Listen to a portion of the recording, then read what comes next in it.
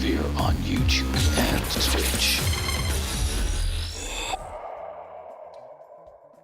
Good evening, welcome to the channel. I'm going to have a bit of a run through of the Nordic Fjords 9-hole cup. I have never ever played this course from the back tees, so this is going to be completely new to me now. I just need to get my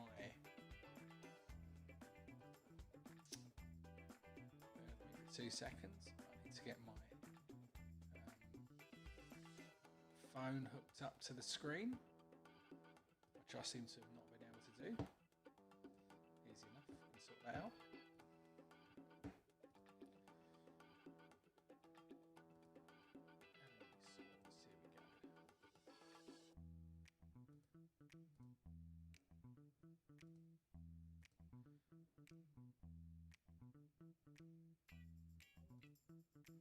There it is. Let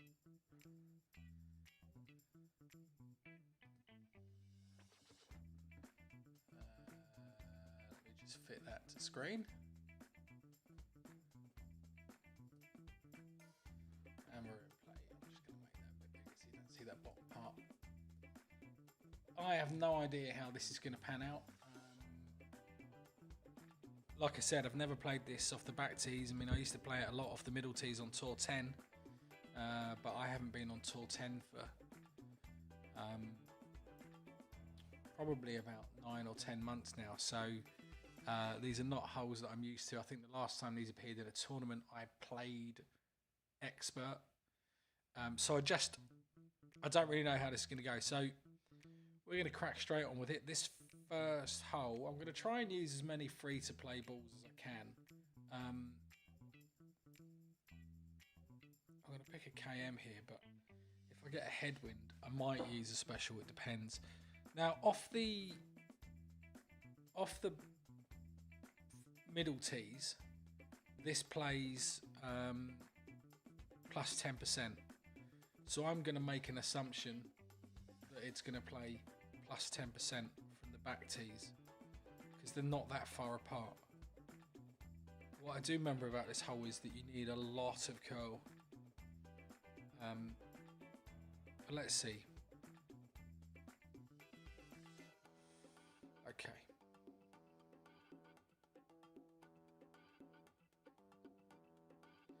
So 11.1. I'm gonna see if I can't get this quite close.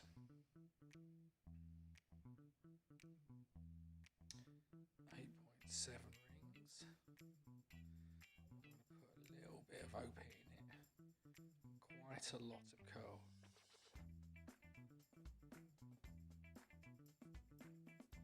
Perfect shot. Let's hope I've not overdone that curl, because it can come up onto that rough. I seem to remember that from...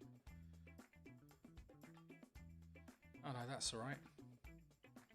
Probably could have gone full OP there.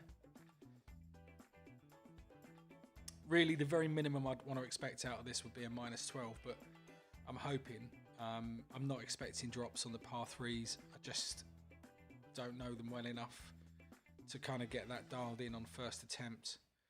But the 4s, from memory, all 3 of them are makeable from the tee in the right wind. So depending on how PD decide to set us up, will make a difference as to whether or not it's a possibility. Yeah, look, I mean, he shot up there with a nav.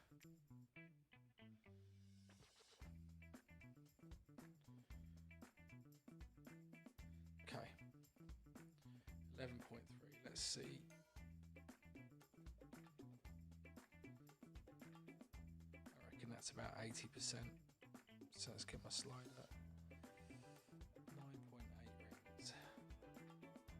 80% slider, 20% elevation.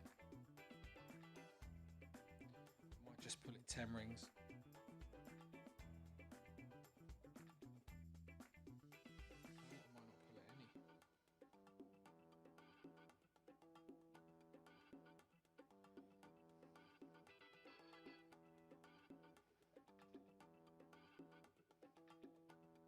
Ah, great left.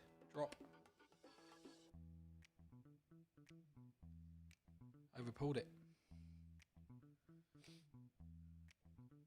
That's annoying. I added the extra 0.2 on, and I really should just trust the EV school method, but it's quite a strong left to right wind, and I just felt maybe the second bounce would kick over, but it's not a distance shot, is it? All right, well, early days. I'll take my glasses off so I can see what I'm doing, actually. Forgive the hat. I've got locked down here, and it was the first one I managed to grab. He's only dropped it. Oh, gutted for him. That's close. I don't like playing those shots with the Thorn. I've never been a Thorn user. I got put off quite early on when I first started playing Golf Clash by Thorn users, because everyone seemed to be trying to desperately backspin it into the hole. If you can hear a scraping in the background here, I just need to apologise, but one of my cats has decided this is the moment to go into the litter tray.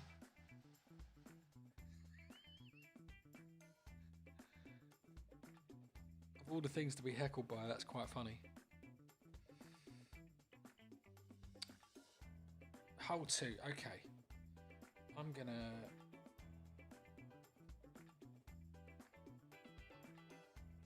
switch out the rock for QB.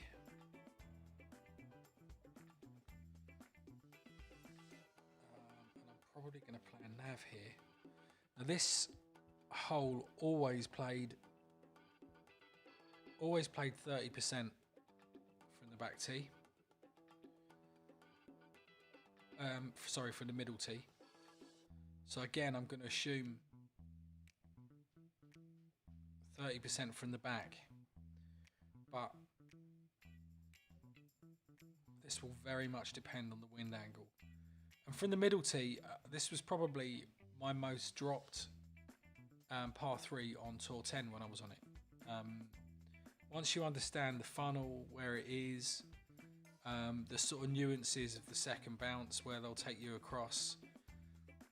Most of my shots I would play to the right hand side by the bunker, with the exception of maybe a tailwind. I would play on the left hand side in front of that bunker. Okay.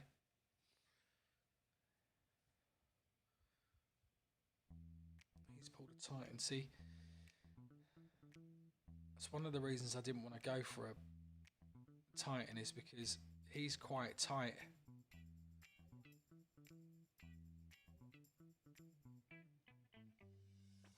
Against that edge. Now, if I was playing this with a sniper in this wind from the middle tee, I'd be playing 2.5 top spin, 1 left spin, and just watching this feed down. Now I know it's different. I know it's different with the driver. He's got very close, very close. It's going to be different with the quarterback, but I'm going to try and play it similarly. So I would have started about here, and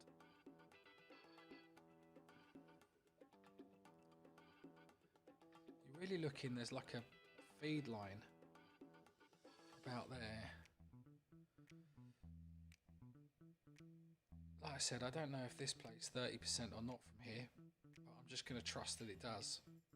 It might be a really bad decision.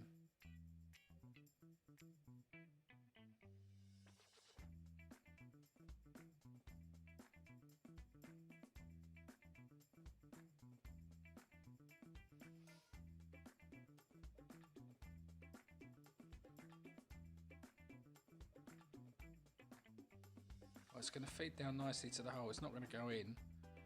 That kicks across. And that was played at 30%. Second effect wind bounce was secondary wind was quite strong there. Maybe I should have played on the left hand side, but that was a minimum plus 30. Should have put some curl on it, maybe.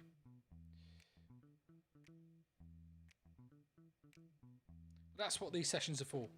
I mean, you know, this is like I said, it's first time ever off the back tees, so I have no concept of what's going to happen.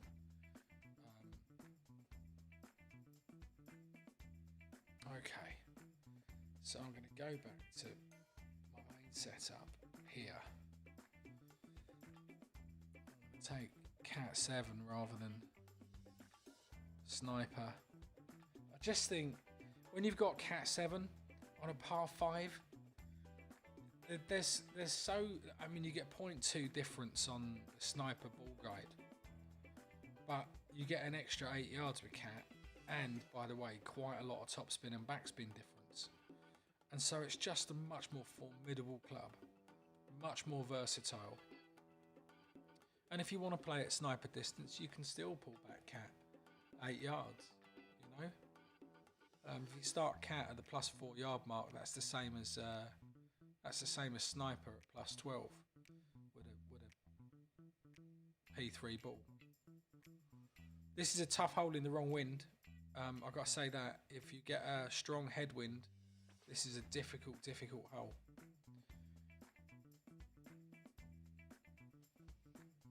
Not sure I'd be using that ball on there. There's another option here as well. I could send it, but I've never ever sent it before. It's one of those, if he's at 45% less, 8.9, it means the top wind's going to be about 14 or 15. There is a route down the left. I have never ever taken it, and I'm not sure I've seen anybody ever successfully take it.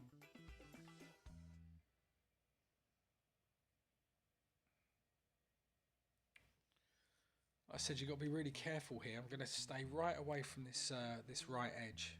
Let's have a look at what my wind's going to be. 10.4. Yeah, I'm pretty sure with a Zerk that will be closer to 14 or 15. I'm going to stick with my blue.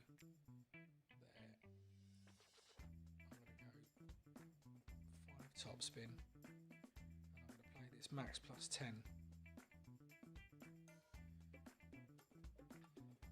I might just give it a slight 11.59.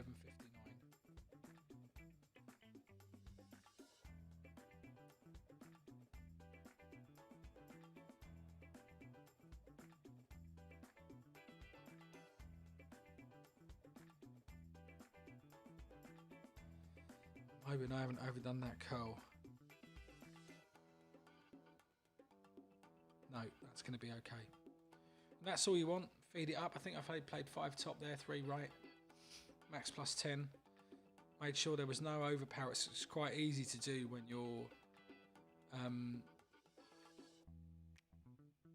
you're curling as much as that. It's quite easy to pull into OP and not realise. Just because it feels more natural to drag the ball sideways, and of course you're not. If you drag the ball sideways, you'll be adding OP, where you've got to sort of drag it up and to the right to keep it at the same power level. This this second shot, I've heard many debates about the elevation. I think it's 10%. I know other people that will swear it's 20, but I'm going to play 10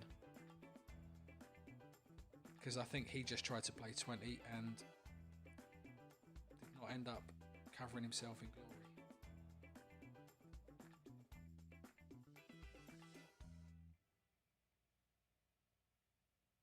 Now I'm hoping, I'm leaving that short because I think it's going to kick on. 11.3 is 9.5 rings.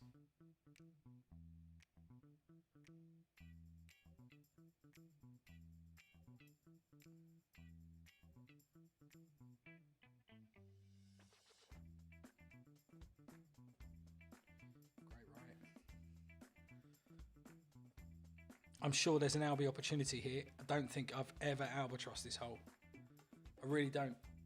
Don't think I've ever managed to make it.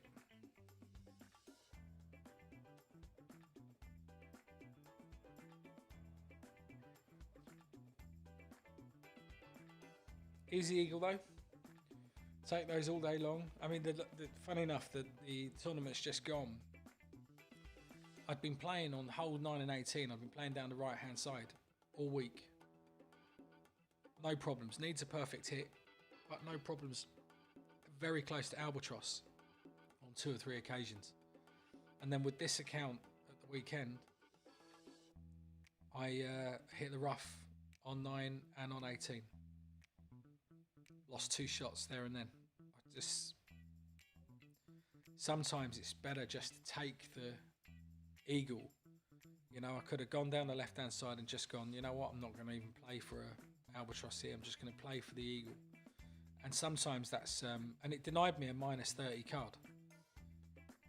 Ended up being minus 28. Would have been a minus 30.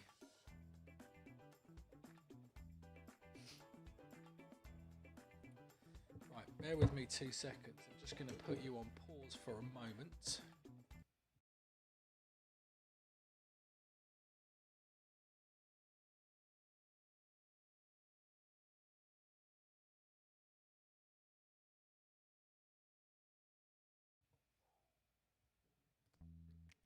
Sorry, felt like I had a sneeze coming. What's the scorecard like at the minute? Okay.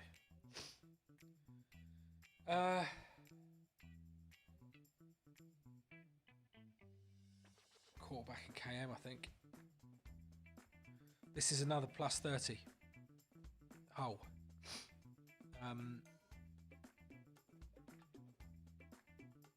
From the middle tee, certainly.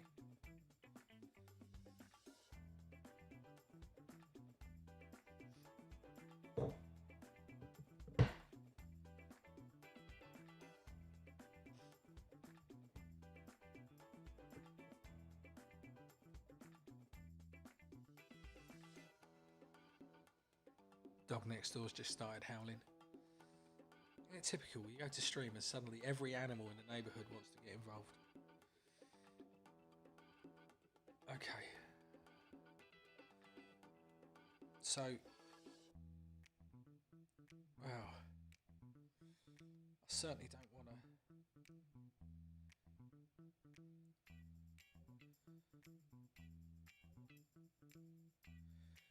Do you know what? No.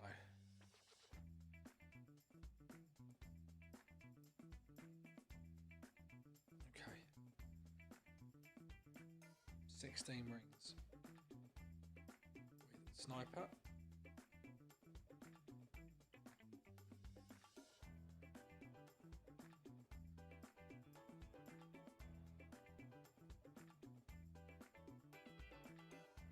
Let's see how this goes.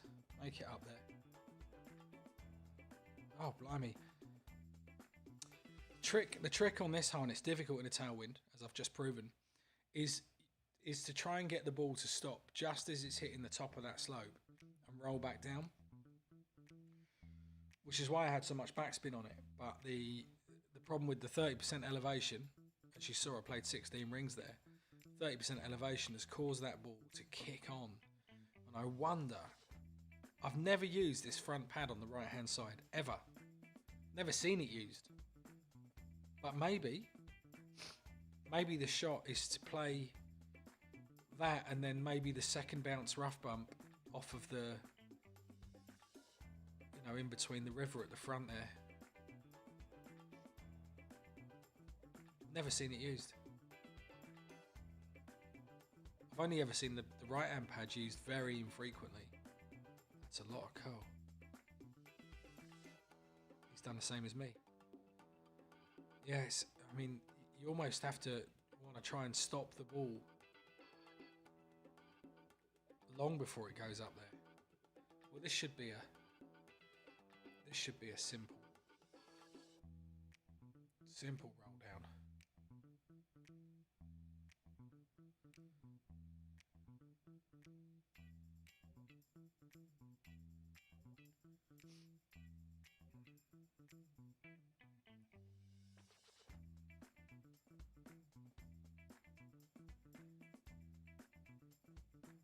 I'm not sure I've ever holed this either. I'm not sure I've ever had a hole-in-one on this hole.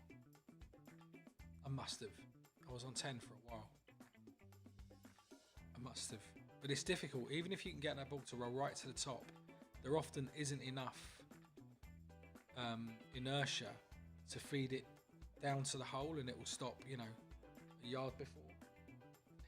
My other cat's turned up. He's now feeding next to me. Hilarious animals. Alright. Where are we at next? Oh, this is a difficult hole. Again, I'm going to go APOC cat.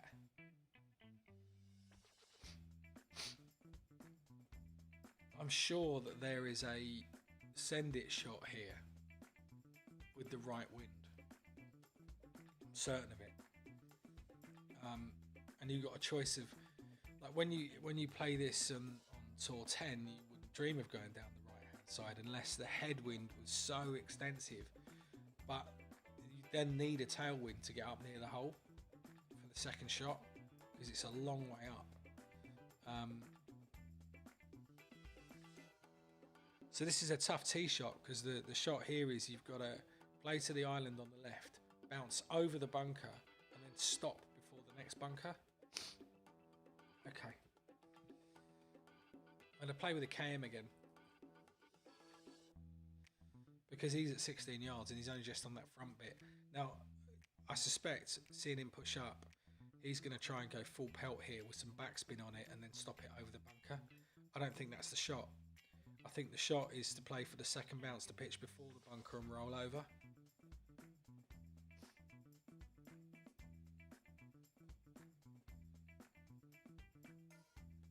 He's overcurled that as well.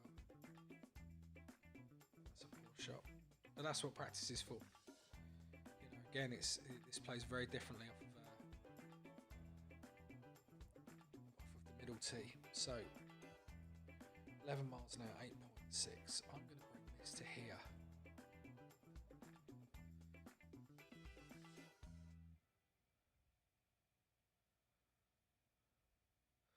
And I think might just be too much. 5.5. Okay, 8.6. Going to need to add some curl to this.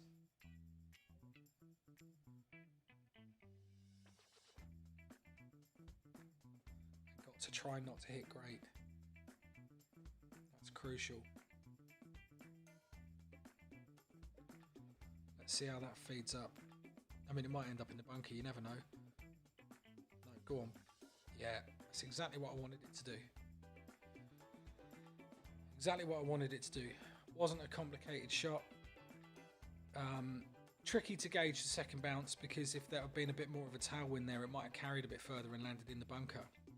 And if it had been a headwind, it might have actually impeded the third bounce into the bunker.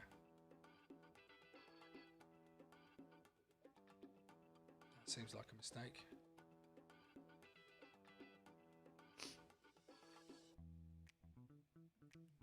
Right, now this plays uphill, but with this strong wind, this is at like a minus 10%, but I'm going to play it at plus 10.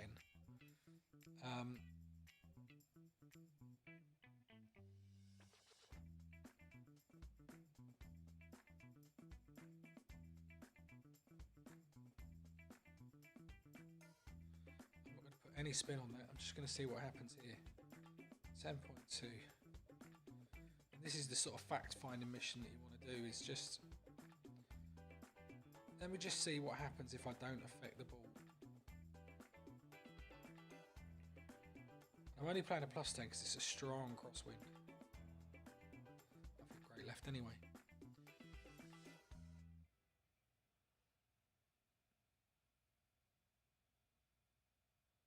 Oh, I'll tell you what, that would have been close. That would have been close.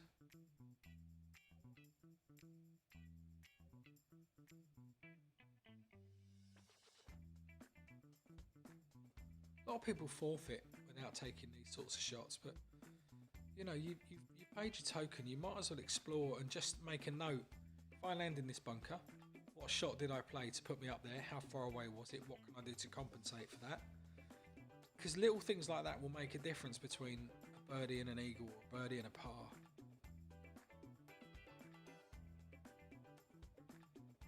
Because no one, look, I don't know anybody that plays a whole tournament without hitting the rough at some point.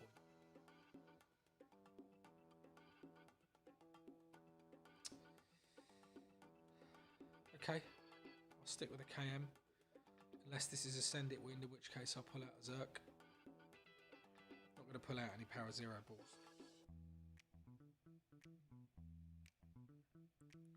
I bet we get a headwind. 10% this one. Again, so far all of the elevations from the middle tee have proven to be the same for the back tee, or certainly I've not noticed anything that's notably shifted. Got a couple of people on at the minute. Thanks for joining. Just having this little run through. We're on hole 6 at the moment.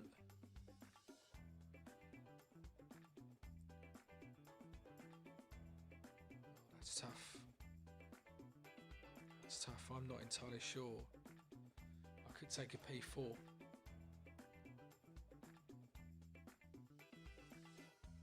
I could take a P4 ball here.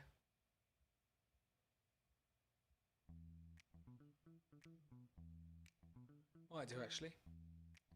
Just to see how far up we get.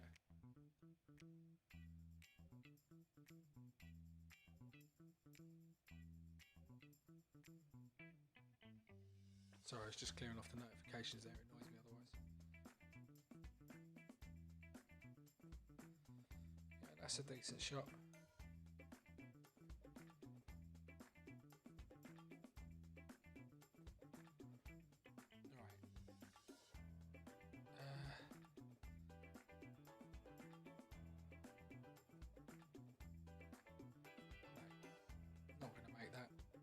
Even with a turkey ball. Oh, maybe. I'll sacrifice one. We'll see what happens.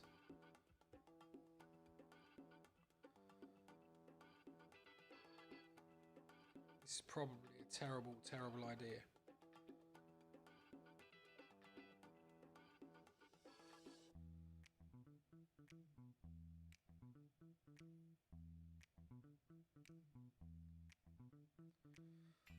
Great, right.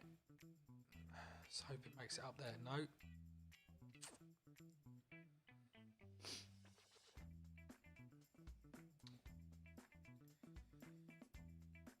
Worth knowing, because if I then tried that in the tournament,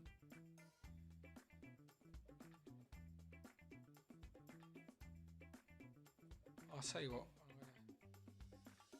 Like I said, I've played my practice token. What I'm going to do now is switch back to a KM and just have a look and see how far we get up, make a note of the yardage.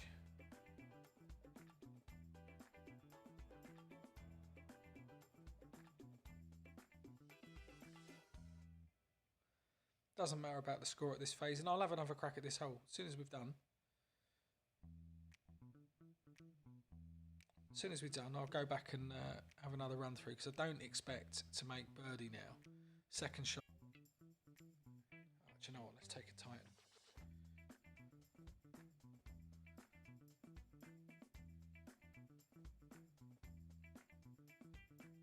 Let's take a Titan. 10.7.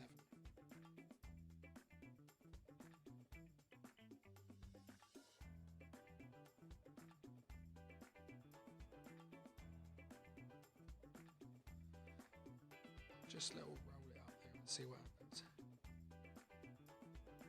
The second shot's plus 10% as well, and there's a feed down. Some more people joining. Thanks for coming in. I'm going to run through this hole again in a sec. It's quite a heavy crosswind, but a touch ahead. I tried to take a turkey ball just to see if I could reach over. But unfortunately I can't, so I'm just playing it out just to see what this second elevation is, and then I'll run through it again. First time playing off these back tees, but this shot should be exactly the same as it would in any other division. I try not to use spin, so I'm going to assume that this is about 65%. Which means I've got to pull back 14.7. I just like the ball to take its sort of natural course when I'm in practice, just to see what happens. Like, we'll know that if this shot ends up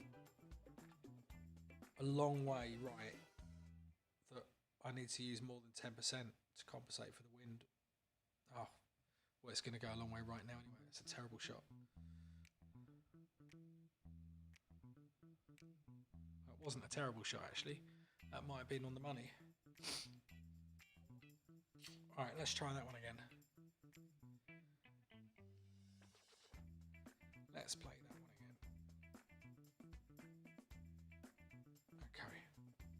Same again. Might be a different wind, might be exactly the same. Just don't know.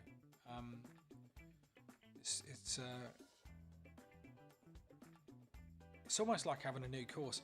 I get really bored of Tour 12. I've only been playing the game since July 2019, so what's that, about 19 months, 20 months, something like that. And I've spent more time on Tour 12 than I have any other tour. I joined Tour 12 back in late August, early September last year. Maxed it in October, but I've been on it for 7 months, and the holes just never change. And oh my god, it's boring. Okay, we've got another one of these crosswinds. I'm going to stick to a Titan. I don't feel the urge to burn a KM here because it's still quite a high wind, and I think what we've learned from that previous shot was this is an 11.1 pool. What we've learned from that previous attempt was that I was about right on that second shot at 65%, wasn't it? Okay, that's fed up nicely.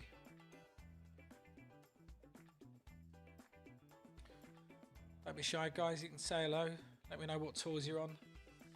Assuming you're all doing Master. Let me know how you got on last week. It's a brutal tournament, that, actually. I've got to tell you. Qualifying, I absolutely smashed all 3 accounts. Smashed it. Fantastic scores, like minus 16s, minus 15s, minus 16s.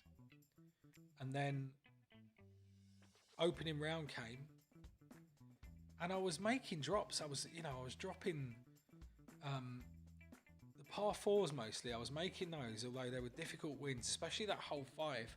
We got that really narrow fairway and crosswinds. Well, one was a head cross and one was just a straight cross. Really difficult, really difficult. And I was getting them nailed down, the slider distances and all of that stuff. But the par 3s, they might as well have been in Chinese. I just couldn't get it. Could not make hide nor hair of it. Right, let's have a look at distance again. So that's my top. That's my bottom. So that's about 30%. I'm going to play this at plus 20. Oh no, maybe I'm not. Maybe I'll wind arrow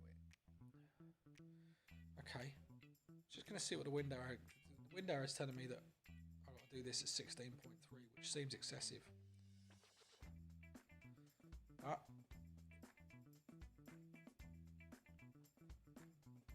only one way to find out. Perfect shot. Let's see what happens here. Because I know it does carry. Oh, you're joking.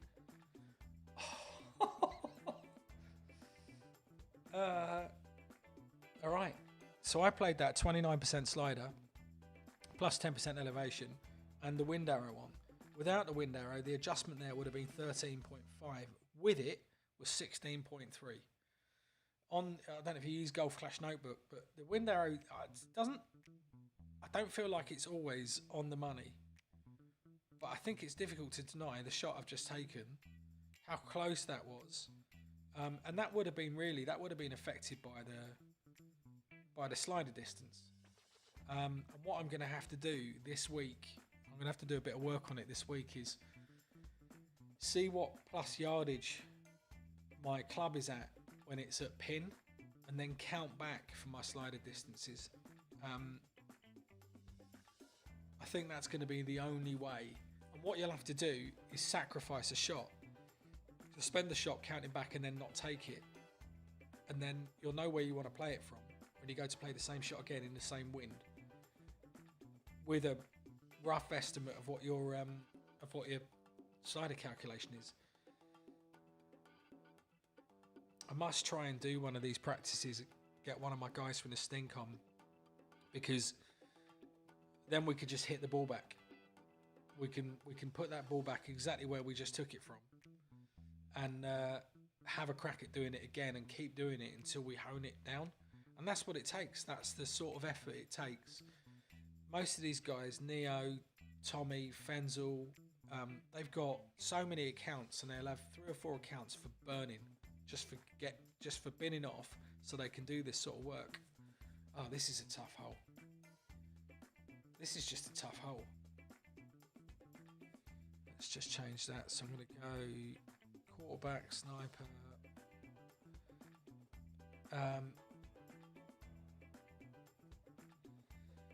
Depending on the sort of wind here, it will depend on whether or not I choose to play plus 20 or plus 30%. Maybe plus 25. Depends on the sort of wind I get. But for sure, when I played this on Tour 10, everything was plus 30. It was just the 3 Nordic holes were all plus 30s. All of them.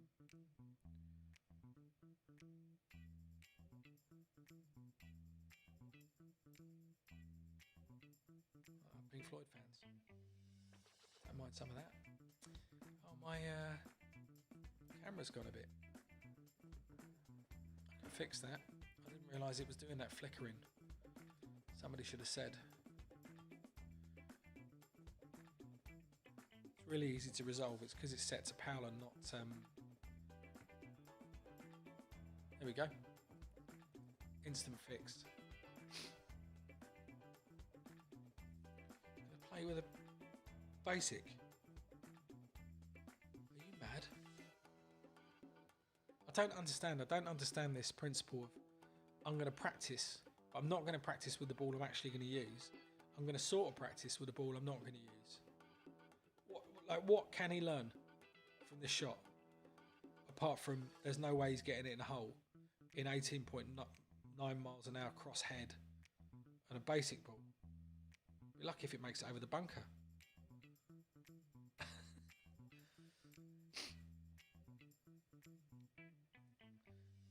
the club here might have been rocket, you know.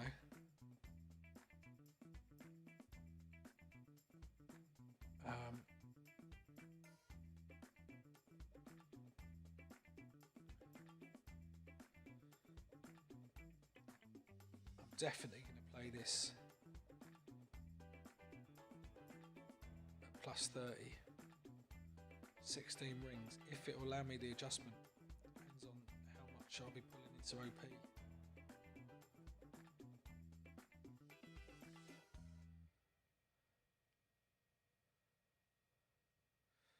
Okay, let's put all that backspin on then, since I've suddenly pulled it into QB. This might be overkill now.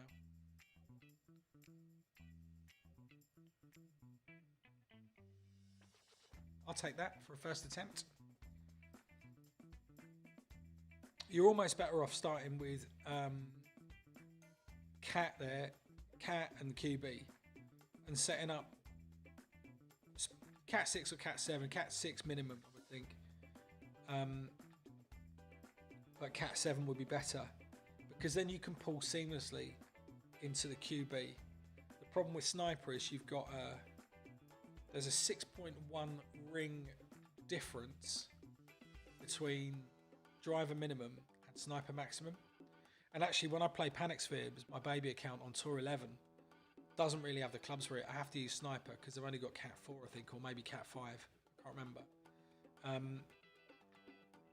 There's a couple of shots where with a cat I'd be playing it on the Sunshine Glades holes. I'd be playing plus 10%, and with a tailwind, but I can't do it with with the sniper because it doesn't reach the island.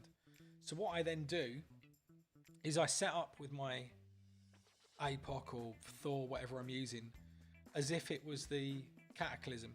Line it up with a hole, do my backspin and all of that. Then I pull back in line with the club direction. I pull back until it turns into sniper. Then I adjust the sniper with the wind, and then I push it forward 6.1 rings, and it lands in the right place. Sounds like a faff, but that's the only way to do it. Oh, this is a teaser, this hole. I'm going to make an assumption of 10% here as well. In a headwind, not sure. I'm not sure even with these new June balls whether or not you'd manage to make it up there. From the middle tee, you're about halfway onto that right-hand pad to shoot up. So I suspect from the back tee, it'll be either right at the back of that island as a point where you pitch like your maximum distance on your driver, or you'll have to play left-hand side. And there's a couple of ways to play left-hand side. Obviously, you can lay up. You can play it forward across onto the next island, or you can super curl it across. Oh, that's nice. They've given us a kind wind. All right. So I'm going to...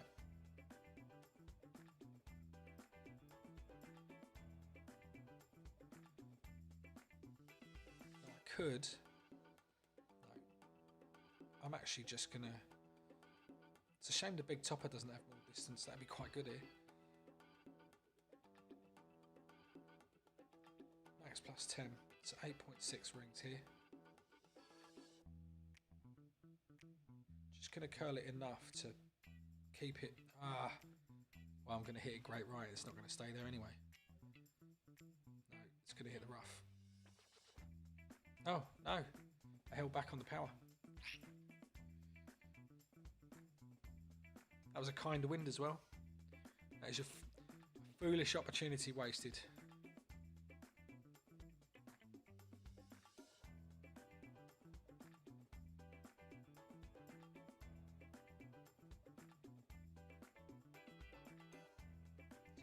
P5.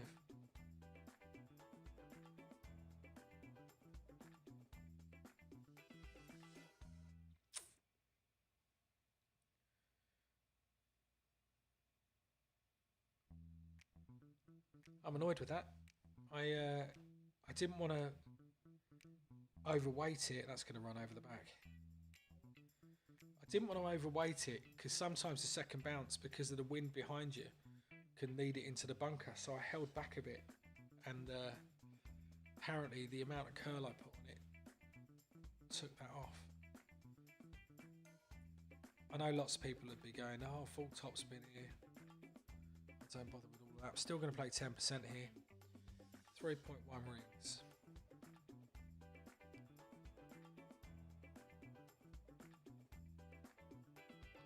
Let's have a look. I'm never good out the sand, so don't judge me.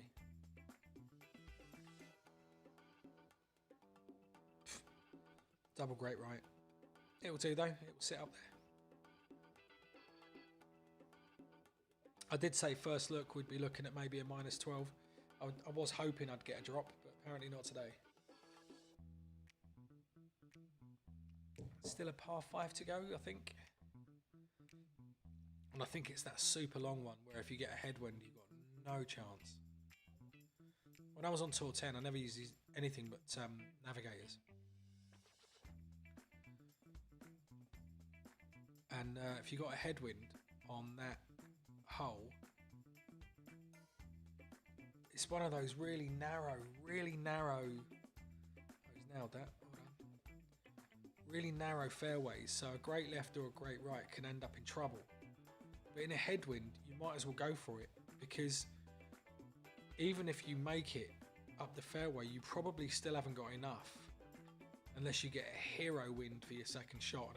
Two ways of playing this. If I get a strong headwind here, I'll play right hand side. If I get any sort of a tailwind, I'll play left. It's 10% both directions. The second shot's much harder down the right hand side, in my opinion, because you've got a bunker to navigate to the last bit of fairway,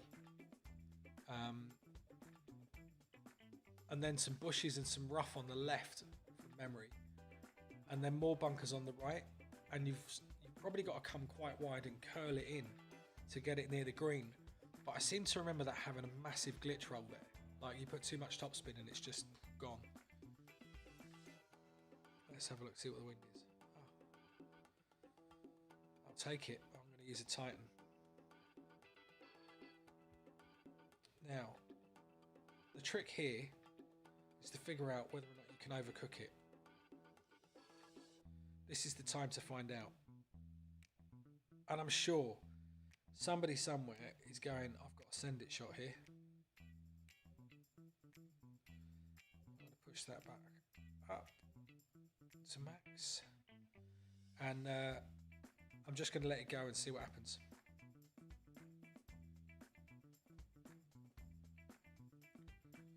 Perfect shot for once. Haven't had many of them today. What's that going to be about? 420? 440? 438? Okay. I don't know if it's just me, but I have this little thing in my head, especially when I'm playing Tour 12, where I try and guess what yardage I'm going to get to. Childish really, but this is brave. If he's going to play Master with an EM9, I saw a couple of people on opening round with EM9s, and the problem with EM9 is if you hit it great, you might as well say goodbye to the ball. It's so inaccurate. I feel a bit like that. I've got Thor's Hammer 6. I'm not far away from 7 on my main account. Actually, I'm only 4 APOC cards away from APOC 7 on this account, which is a game changer. But Thor I find too inaccurate to use very often. I wonder if that's a...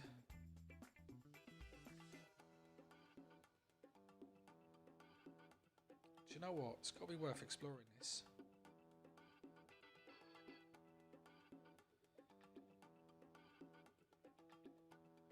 I'm just gonna explore this just to see if it's viable. It's probably not. 11.9 ring pull. 9.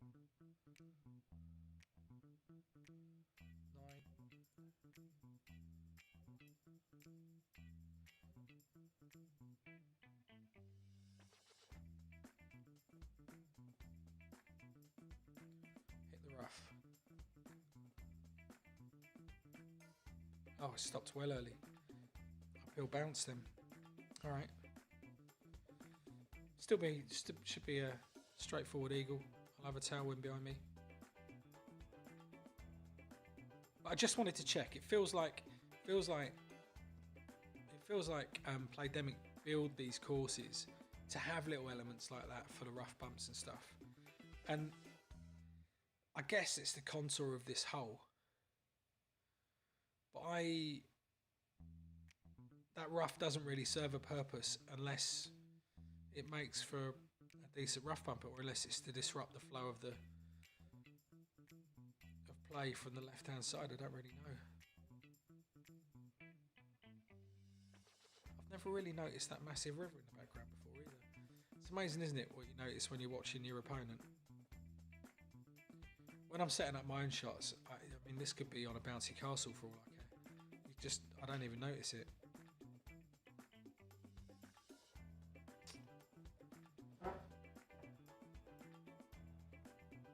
I will be doing another playthrough later this week, and I will be streaming both qualifying and the weekend rounds. Not with all 3 accounts, maybe just one. I was going to stream my weekend round with one of my accounts last weekend, but I thought better of it. I think.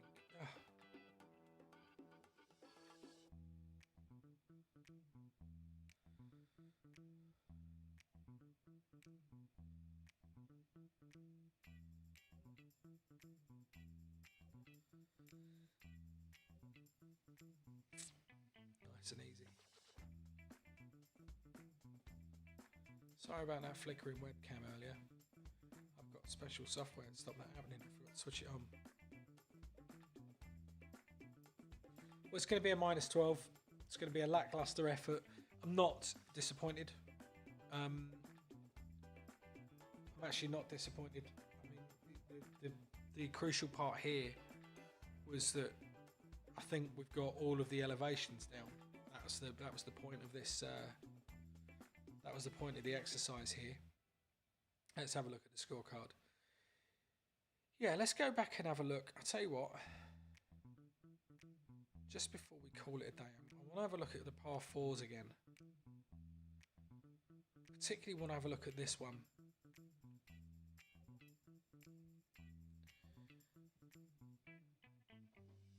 If it gives us a tailwind, I'll try and play that shot again. I'll play it.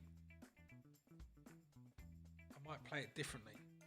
I might play from the left-hand side and curl it over. I don't know if that's a viable option, but that's the point of checking these kind of things. If it gives us a headwind, I want to see whether or not it's a layup or it's a play across.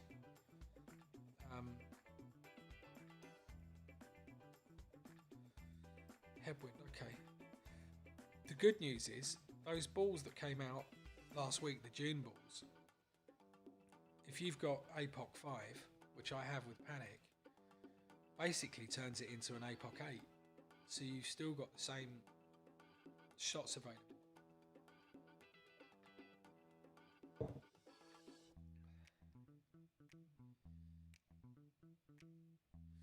I don't understand that sort of shot. I see players doing this. They play full distance but maximum backspin. I don't get it. If you want to lay up, you know what I'll do? I'll take a KM just to give us a bit of wind reduction. If you want to lay up, this is the way to do it. Bring your club back with no spin on it until you're maybe what looks like a third bounce away from it. Okay? That's now going to be mid-distance for me, which is going to be 8.4 rings.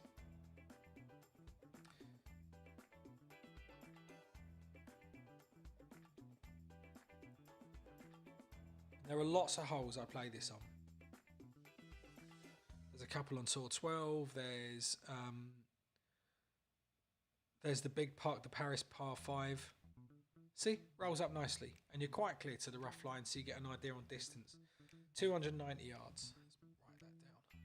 Let's write that down. So we'll have a look and see what that next shot is. And by doing that, by playing that way, you're going to get a consistent distance from the tee every time you play it.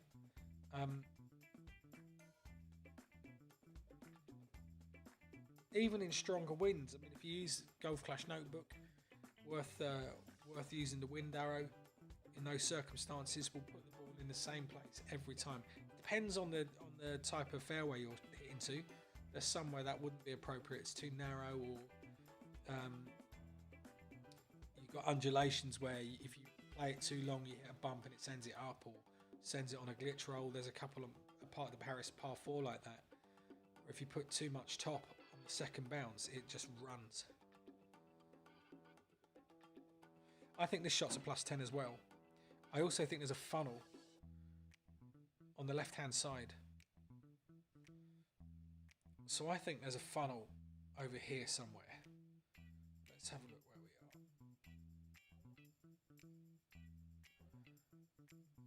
are. Okay, interesting. So I would always choose to play minimum distance on a club, the maximum distance on another club. So we're going to say 11.7, 10.1 rings.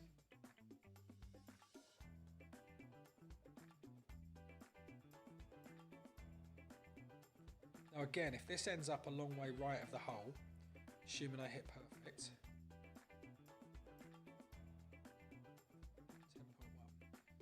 then we'll know that my elevation's not correct. But I think this is 10%.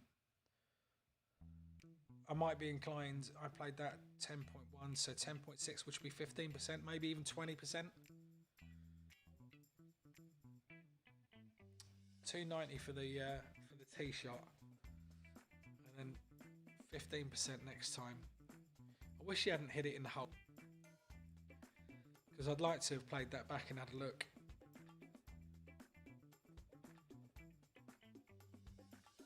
But you'll notice again, you know, I try not to use any spin if it's possible, even on that second shot. If I can let the ball roll up naturally, I will. Anatame 123, thanks for joining us. We're going to go. Yeah, let's have a look at this first par 4 again. I'll do this and I'll do the third par 4. Sorry, the second par 4. We've just done the third one. I'll do this one, I'll do the second par 4, and then I'm going to call it a day. I'm going to go and chill out, drink some more beer. Got a few days without the kids, which means the house is a bit empty. Don't like that so much. Just have a look at the shots. The par 5s here, I think, are relatively straightforward. It's the tee shots on the par 5s that are crucial. You've got the one where you've got the double island bounce, and that's fraught with problems if you play too close to that edge. 10.4. Now, ordinarily, I may not go for this, but I might, because I bought a lot of them because I needed the gems.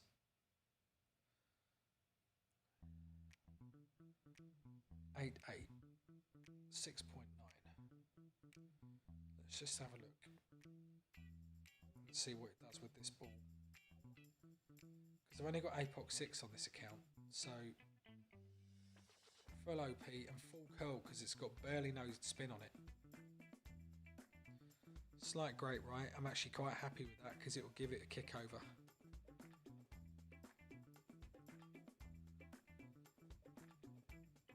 I'll take that in a headwind all day. All day.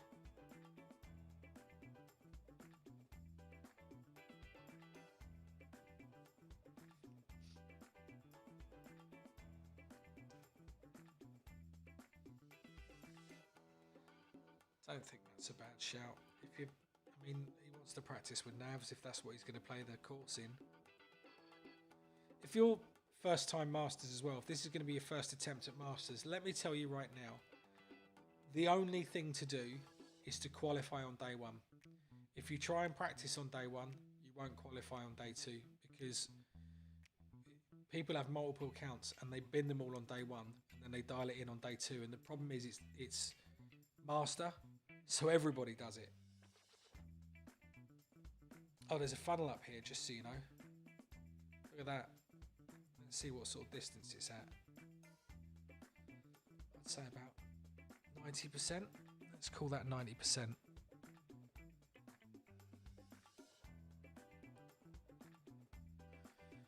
Plus 20. Let's see if we can't find this funnel.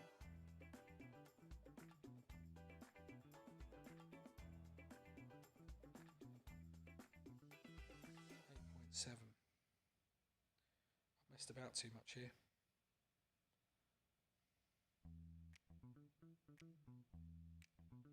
Ah, massive great right. But it is a big funnel, so let's see what happens.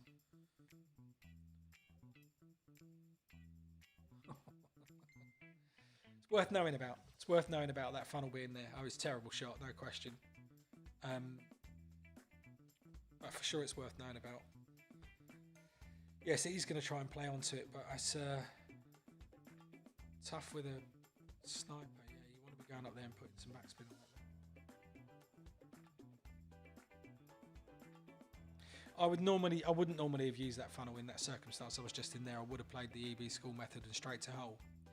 But I wanted to show you it's there because quite often you end up further on the right hand side, behind where his target is now, and then the only shot really to play there is the funnel because it just feeds it into the hole.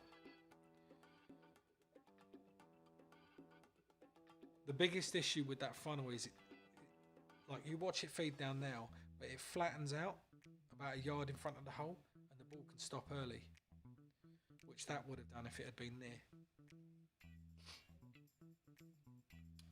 All right.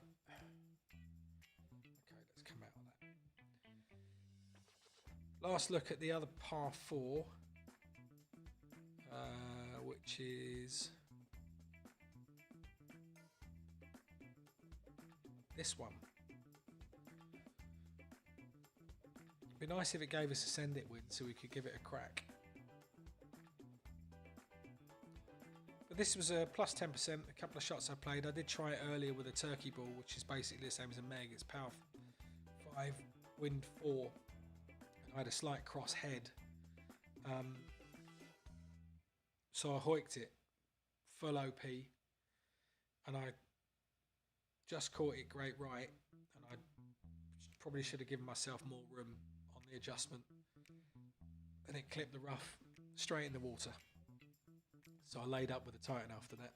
Just have a look, see what the second elevation is. But we did some work on this earlier. That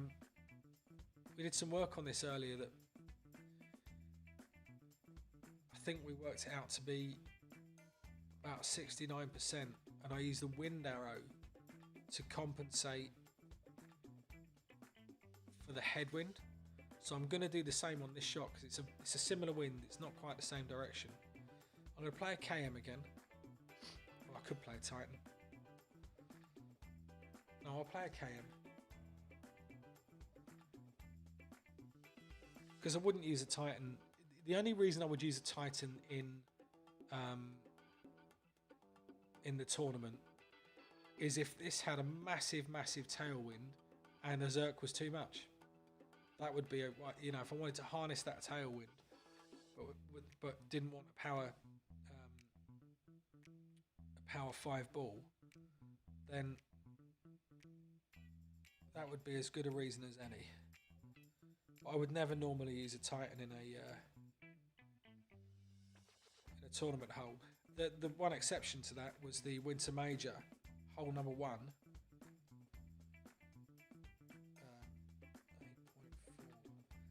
You've got to be careful here because you're pulling down into a gap. I'm going to give it a touch of OP, not too much.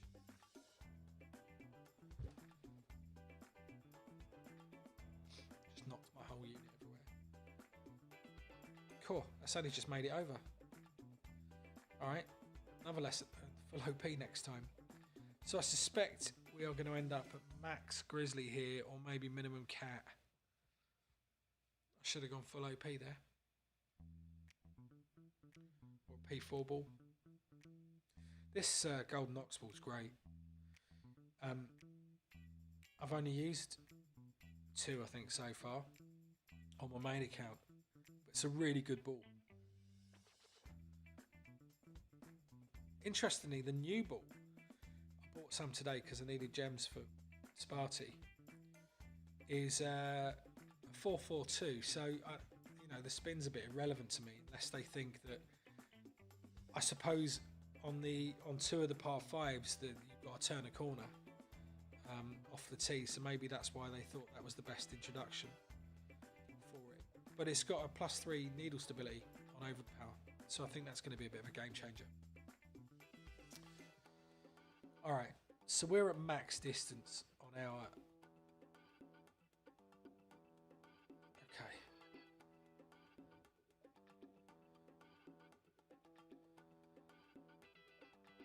I'm going to pull this back.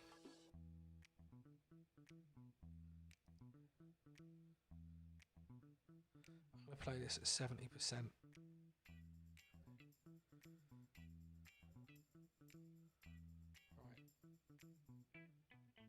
It's telling me 15.3 for this.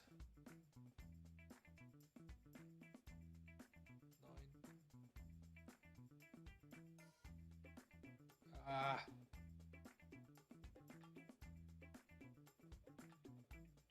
Oh, got it off, snatched it off.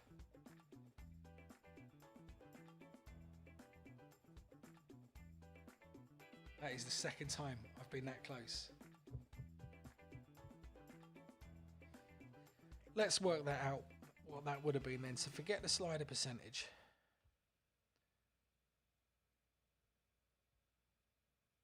In any other, without the wind arrow, that would have been 11.8, and with the wind arrow, it comes in at 15.3.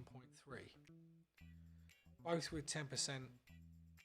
Both with 10% adjustment. So let's figure that out into 40%. Between 40 and 45% adjustment. That's how much wind affects when you're hitting into a headwind with strong winds.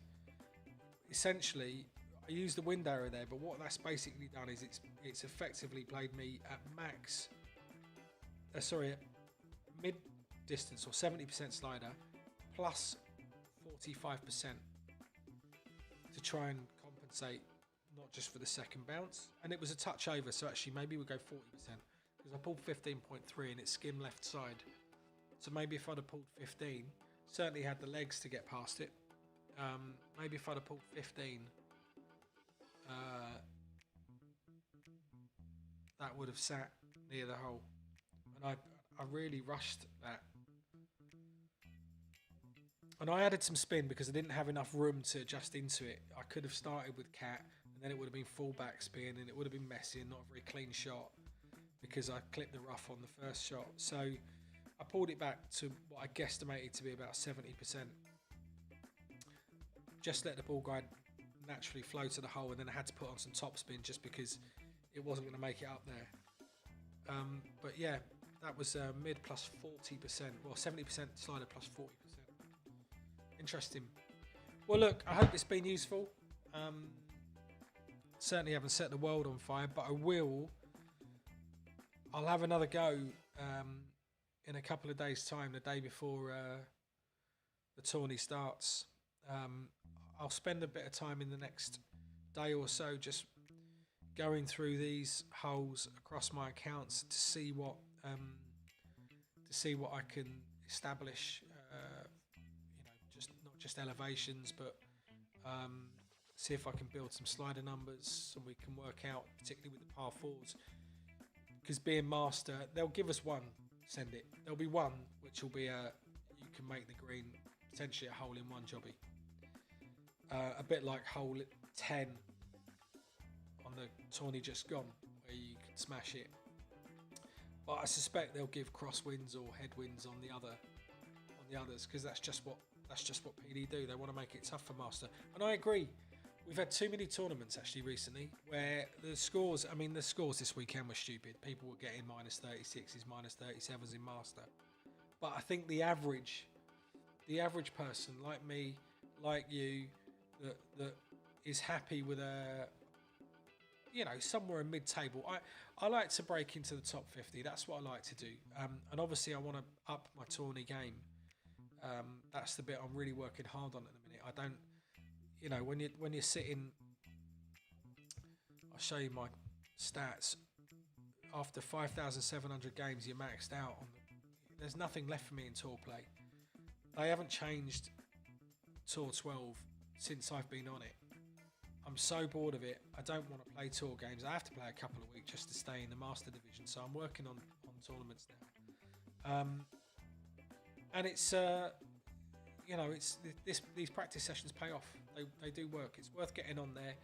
Take a pen and paper with you and just jot down some of the things you did, so that if you get that win, you can make reference to it, and it will just give you that edge. The number of people that turn up for a tournament and the first time they see what the wins are is when they start the tourney, and it's like I try and go through all my all my practice tokens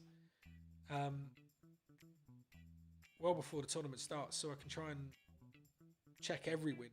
And whilst it isn't that much fun to practice in headwinds, it's crucial because they'll give them to you.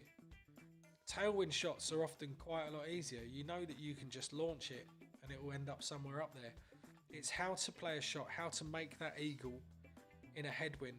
That third par 4 we looked at, where I laid up and then tried to play the plus 10% shot, and we realised that it might have been plus 20. given another chance. I was at absolute minimum for Grizzly, which is great to learn because I know exactly how far I hit it. 290 yards. You saw I didn't put any spin on the drive. I just kept it so it was like a bounce 290. I know my next shot's going to be at minimum distance with a Grizzly, and so the more times I get that wind, the more I can dial in that what the elevation is. That will be the change. It'll be the elevation that changes where you, or maybe even moving the ball direction. Maybe there's some offset you need to do. I don't know. But thank you for joining me. Please do subscribe. You can follow me on Twitch. You can subscribe on YouTube. Hit that bell for notifications. Come back and see me again. I am not a superstar player. I'm just an ordinary player. I try and make these things entertaining and informative. And I'm learning as much about this game as you guys. So thanks for joining me on the journey, and I will see you next time. See you soon.